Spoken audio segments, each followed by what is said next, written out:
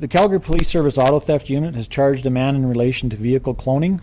In May of 2014, an off-duty member of the CPS Auto Theft Unit with an interest in mechanics and collectors' cars was at a local vehicle auction when he saw a 1962 Chevrolet Impala convertible that he recognized. He believed that the vehicle was written off as non-repairable as a result of the floods in June of 2013, and based on the status of that vehicle, it wasn't eligible to be registered or sold in its current state.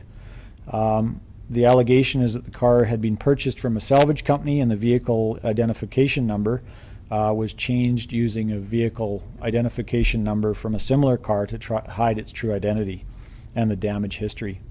It's also alleged that a false bill of sale and out-of-province inspection certificate were produced and used to register the car in Alberta. Following an investigation, Youssef Yangui, 63 years of age, of Calgary, was charged with 1 count each of uttering a forged document, tampering with a vehicle identification number, and fraudulent concealment. Water damages a vehicle's electrical components, its airbags, brake systems, stability control, heating and cooling, and makes these vehicles very dangerous. That's why we engaged in this investigation and laid charges in this instance. You've had cases of vehicle cloning, but have you ever had one involving a flood damaged vehicle? This is the first one that's come to our attention, and the research that I've done as part of the auto theft unit is this was a significant issue after natural disasters in the United States, Hurricane Katrina, and those types of New Orleans floods where vehicles were inundated with water and sat for a period of time. So I think we could say that we're in a similar situation here in southern Alberta. We're dealing with hundreds of vehicles that were flood damaged as a result of a year ago, and industry standards and regulations dictate that if a vehicle is written off as flood damaged, it's deemed non-repairable and it can't be remediated and put back onto the road for many different reasons. This is obviously one relatively isolated case, but is the point then today to make kind of a buyer beware statement then, that there could be many more out there? I mean, cars transferring Kijiji. Exactly. Yeah. We in auto theft circles, we're always espousing that buyer beware edict. You know, do your research. Make sure that what you're looking at matches with what you're being told. There's telltale signs that you may be able to look at and see.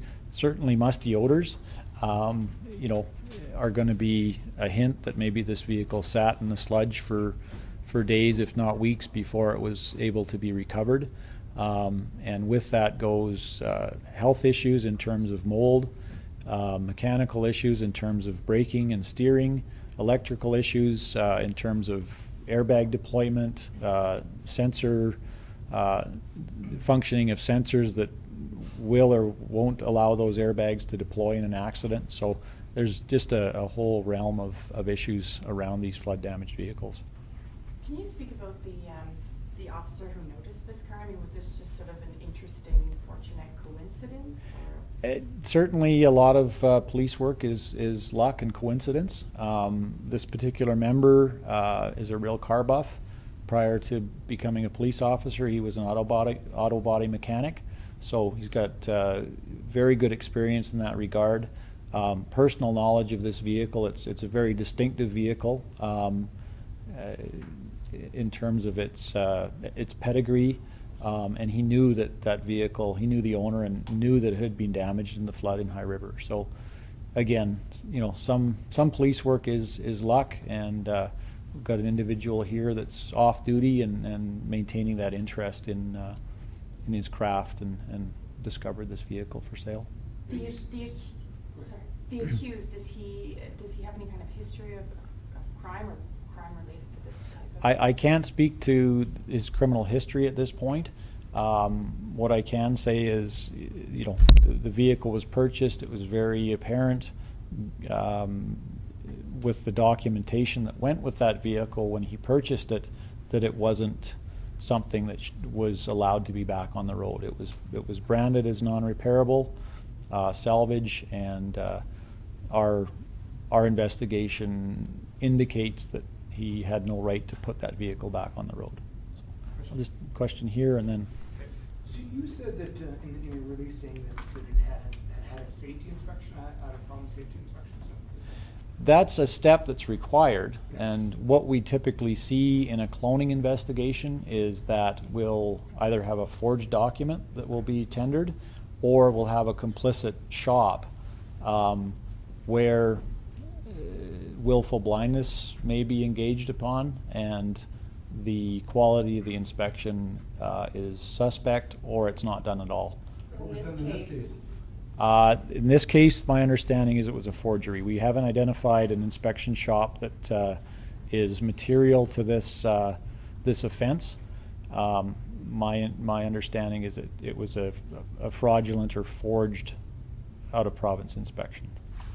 Any idea if this gentleman sold multiple vehicles, or was this just the only one that you just came upon, got really lucky to find?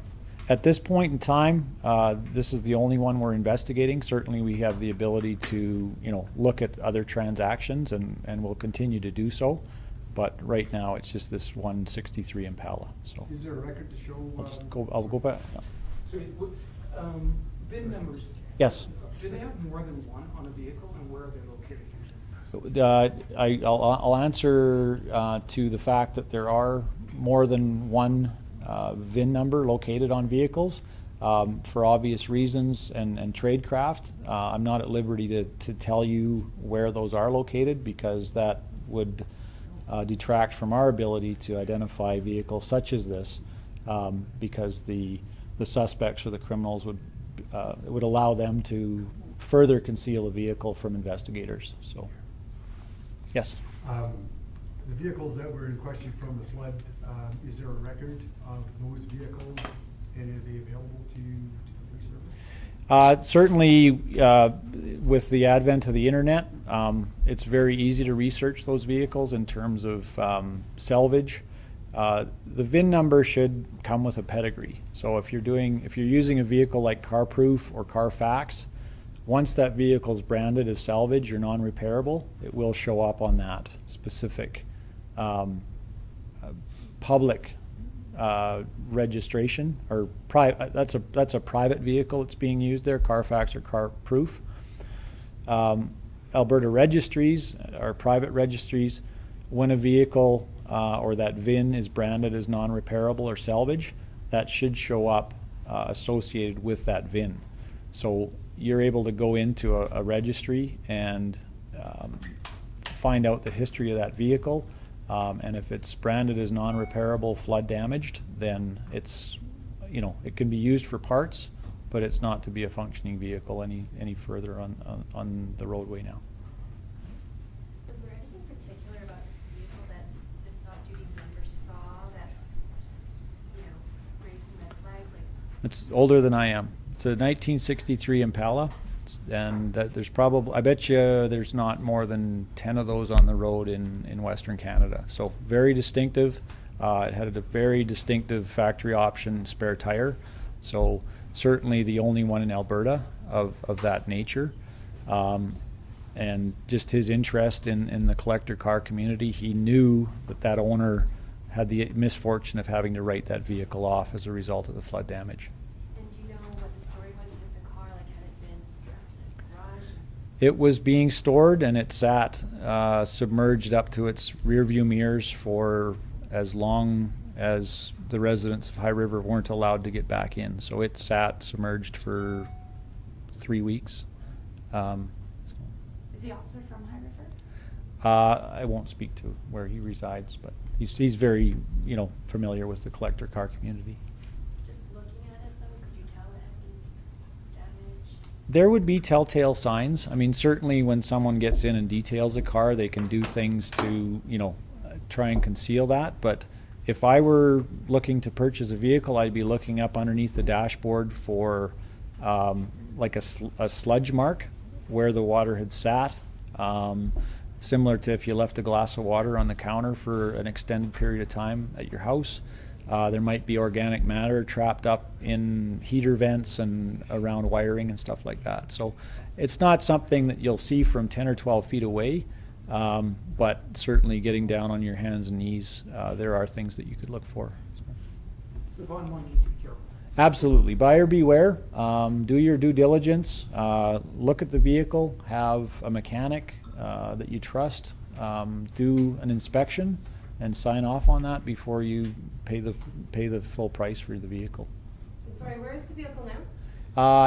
As I understand it, it's probably in the insurance company's salvage yard, and again, it could be used for parts, but it won't go down the road again, unfortunately. It's quite sad. It's a beautiful old car. Thank you. Thank you. You still use the chassis.